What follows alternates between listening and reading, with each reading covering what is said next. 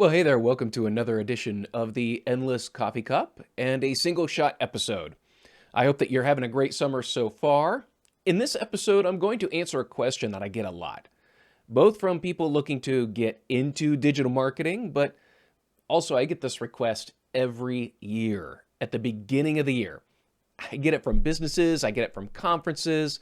Here's the question: what are the digital trends for the next year that we need to know? Every January, the content calendars tell us that it's time for predictive trends articles. We are then inundated with the industry seers, prognosticators, and general content fluff of trends that will rise in the next year. I have yet to see any article series that explores if any of these trend predictions actually come true or if they simply go away to be forgotten like most trends do over time. That's why they're called trends. In fact, I think everyone missed how AI would hit this year. I didn't hear anything about it in January. But what makes me question this entire genre of predicting trends, generation-changing fashions, or anything like that? It's always surrounded by tactics. Tactics. The activities and the fashions that change with the wind, or at least the next algorithm change. You see, but these tactics have to be based in something, some strategy that drives the goal or purpose, and that's what made me develop this.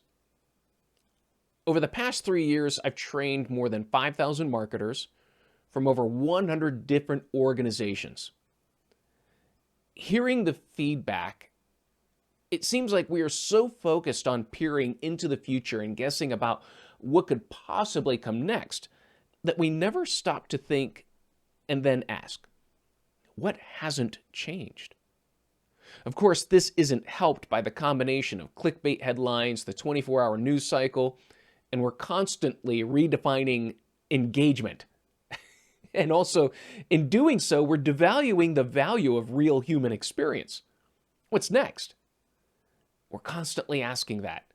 It's driven by a passion to stay relevant and, of course, I think a fear of missing out. Job postings everywhere list proficiency not just with social media, but also the latest channels like TikTok, Telegram, keep going. But what is the skill that's required to be proficient? Is the core skill knowing how to make a post, or is it knowing how to build an audience? Because those are two completely different things. The knowledge of how to post is a tactic specific to a channel. Building an audience requires a knowledge of organizational objectives, strategy, audience targeting, messaging, and measurement. In fact, building an audience is not just a skill that's restricted to a particular channel or a singular activity. If you want to jump on the latest social channels as they happen, then you'll also want someone who is flexible, adaptable, able to create new tactics based on your organizational strategy. It's someone who can create without having to ask questions the entire way because they're able to synthesize each new challenge, apply their experience into the new channel. Do you hear how I'm explaining this? A tactic is something that can be taught, learned, and acquired in a very short amount of time. A skill is something that people acquire and refine over time, and it enables them to adapt across situations by observing, analyzing, researching, and applying what they've learned as they synthesize previous information into new understanding. It won't matter what new channels come along, as they'll know how to develop the tactics within a few minutes to a few days. What enables people to do this is the skill of learning. But somehow these job postings and the emphasis on tactics, it's not only in the employment listings, it's in the media. It's all over. It's the popular news. It's what gets the clicks. It's what gets the webinars. At the beginning of every year, people always want to know what's next.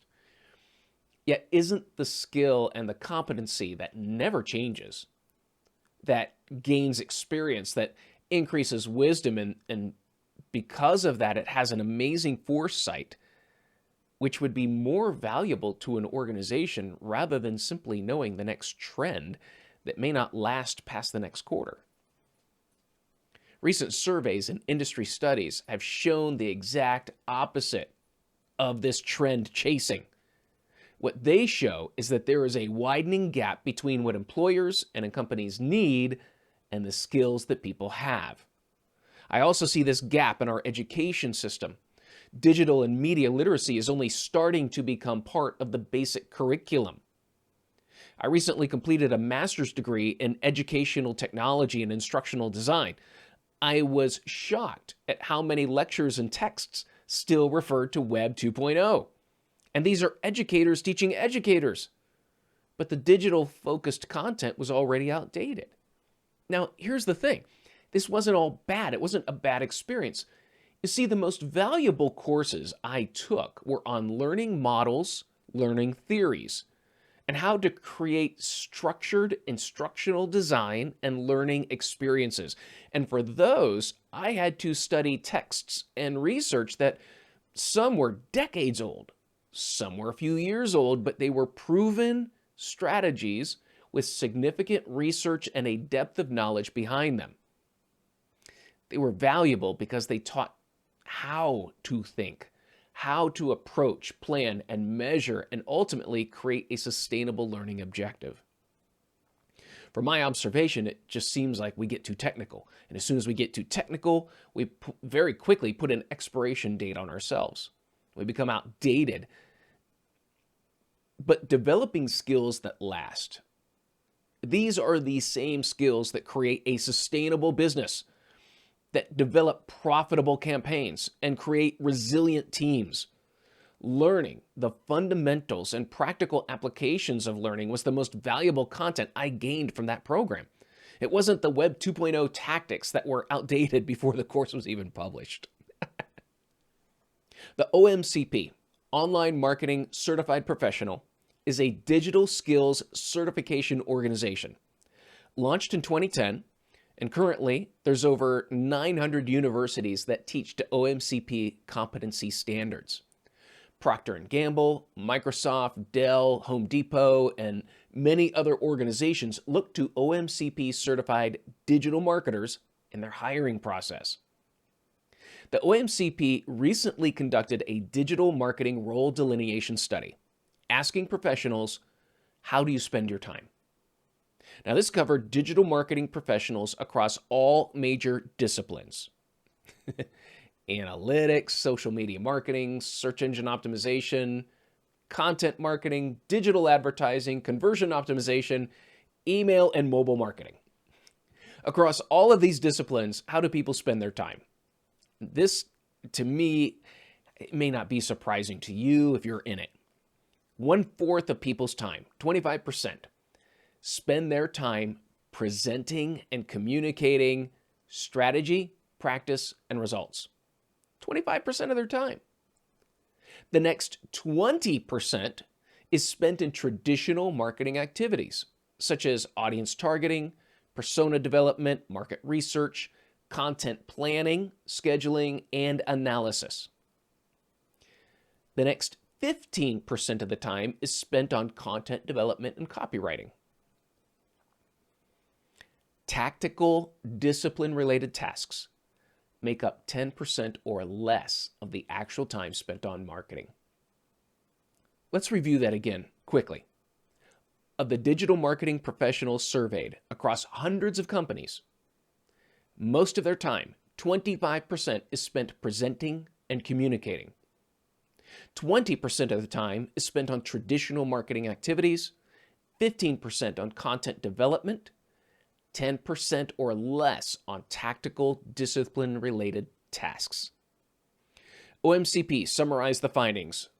Quote, managers will be hiring for soft skills, testing for hard skills, and training for emerging practices. Unquote. And the OMCP identified skills gaps from the study. Here they are. Number 1, identified skills gap, customer experience. Number 2, marketing and sales collaboration. I could do a whole show on that. Number 3, understanding the entire campaign stack, team management. Wow. Number 4, analysis, the ability to turn data into action. Let me tell you, dear listener, this is probably one of the most identified skills gaps in our industry. And we see this. Also, LinkedIn, they identified the top soft skills in demand. And it's interesting that both the OMCP and the LinkedIn Global Talent Trends Report list very similar. The top 5 emphasis are soft skills, are human skills that are in demand. According to LinkedIn, number 1 soft skill in demand, the ability to persuade. Number 2, the ability to take data into decisions. Number 3, writing skills. Number 4, traditional marketing. Number 5, creating tactics from strategy, get this, without guidance. Oof, that requires experience. That requires knowledge. See, I look at these 5 things, and these are human skills. These are analysis. These are critical and creative thinking skills that develop a team and an organization. None of this is an emphasis on the next trend that you need to know in order to jump on it. None of them are. These are skills that develop a sustainable marketing focus for an organization. According to LinkedIn, quote, 91% of talent professionals agree that soft skills are the most important for the future of recruiting and HR, unquote. The top 3 most critical skills listed by employers on LinkedIn. Number 1, think critically and creatively. Number 2, collaborate effectively. And 3, adapt quickly. These are amazing. Those have probably been the top skill gap for the past 500 years. When you start pulling back and looking at what hasn't changed rather than what's going to change, I think you find a more solid foundation of the skills that are necessary for an organization to grow. And also for anyone looking to get into the job market, it doesn't matter whether you want to get into marketing or any other type of profession, these skills are going to take you a long way.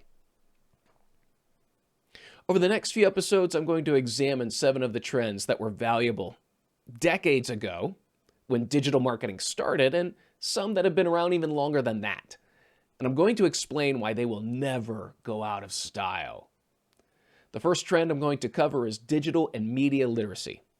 Understanding how to read beyond the headlines rather than being swayed by every different headline that's being pushed on us. Understand how to read deeper into articles and find the true information. Number 2, writing. Not only writing to persuade, but how to write for humans in a digital format. Number 3, analytics. As I said, this is probably one of the biggest skills gaps in our industry. It's also my number 1 most requested training. It's the biggest demand of companies for their marketing teams to understand. Number 4 is user experience and customer experience. That gets to conversion optimization. Asking, how do we create a better experience for the visitor? And in doing so, you're asking how to increase task completion. Number 5 is just the advantage of experience. People who have experience in analytics and how you can develop that experience within your organization, they develop better teams. They know what to do with the data. Number 6 is presentation skills. This goes back to the role delineation study. 25% of a digital marketing professional's time is spent presenting and communicating. And we have got to get better at communicating clearly, concisely, and persuasively as marketers. But also, we need to use the same language as stakeholders, C-level executives, managers, by presenting not just what's going on or what's happening or how busy we are, but showing people the economic impact of the efforts. Finally, the culture of asking questions. If you're a listener of Endless Coffee Cup, this won't be a surprise to you. We've done a lot of episodes about asking questions. We're going to dive in a lot deeper. So thank you so much. I hope you enjoyed your cup of coffee with me today. Don't forget, go to the show page. Let me know what you think about my list of skills that will never change. I'd love to know what you think. So thanks again, dear listener. I look forward to talking with you again soon.